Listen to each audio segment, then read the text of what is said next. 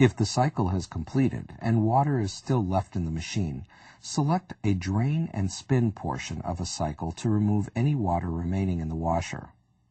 If a single or bulky item was being washed, the load may have become off-balanced. When this takes place, some washers may shut down.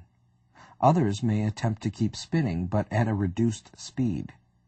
The item may not spin completely dry and the basket may still have water in it. Redistribute the load and run again. The next check should be the drain.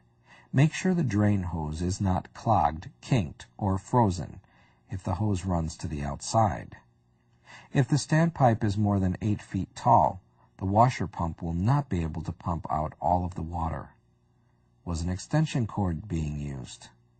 If an extension cord is used, there will be less voltage supplied to the washer. This will cause the washer motor and pump motor to run hot and shut down prematurely. Discontinue using the extension cord.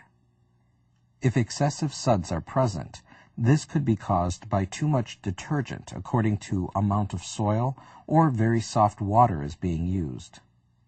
Follow directions on the detergent for the proper amount to use according to soil and water conditions. If this does not solve the problem, a service call may need to be scheduled.